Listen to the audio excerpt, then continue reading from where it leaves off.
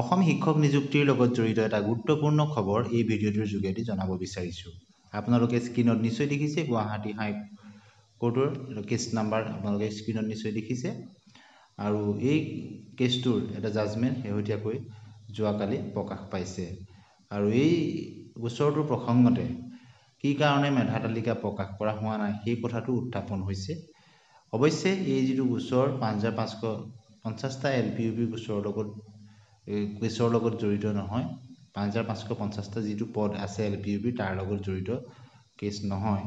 এইটো হ'ল cheated পিটিশ্যনাৰসকলৰ cash, যিসকল তেওঁলোকে বাদ পৰিছিল আৰু তেওঁলোকে পিছত পৰৱৰ্তী সময়ত তেওঁলোকে আদালতৰ দ্বাৰস্থ হৈছিল আৰু সেই সম্পৰ্কতে এই আদালতৰ পৰা এটা ৰায়দান আহিছে আৰু কি আহিছে আপোনালোকে সম্পূৰ্ণ গম পাব আৰু অতি শীঘ্ৰে যে মেধা তালিকা প্ৰকাশ পাবলৈ গৈ আছে সেই কথাটো ইয়াৰ পৰা কিছু পৰিমাণে হ'লেও স্পষ্ট হৈ পৰিছে।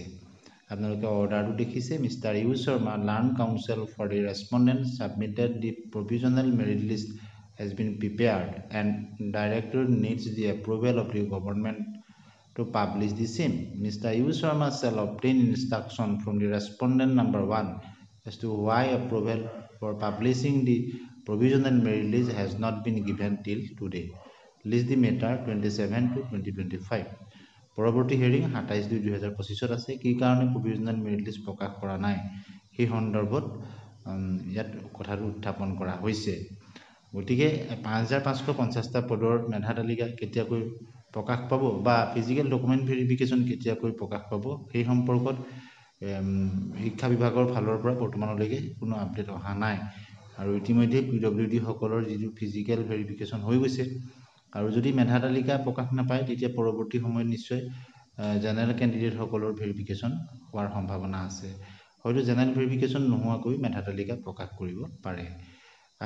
আশা কৰিছে সকলোৱে যে ফেব্ৰুৱাৰী মাহতে এটা ভাল আপডেট আহিব নিশ্চয়, যিহেতু সকলোবিলাকৰ ৰিজাল্টেই হওক ফেব্ৰুৱাৰী লাষ্ট মাৰ্চৰ ফাৰ্ষ্টত হ'ব বুলি কোৱা হৈছে, এডিআৰি ক্ষেত্ৰতে হওক বা অন্যান্য। গতিকে আশা কৰা হৈছে ৫৫৫০টা পদৰ ক্ষেত্ৰতো ফেব্ৰুৱাৰী শেষৰ ফাললৈ মেধা তালিকা প্ৰকাশ পোৱাৰ আশা কৰিব পাৰি বুলি আমি ক'ব পাৰোঁ। ধন্যবাদ।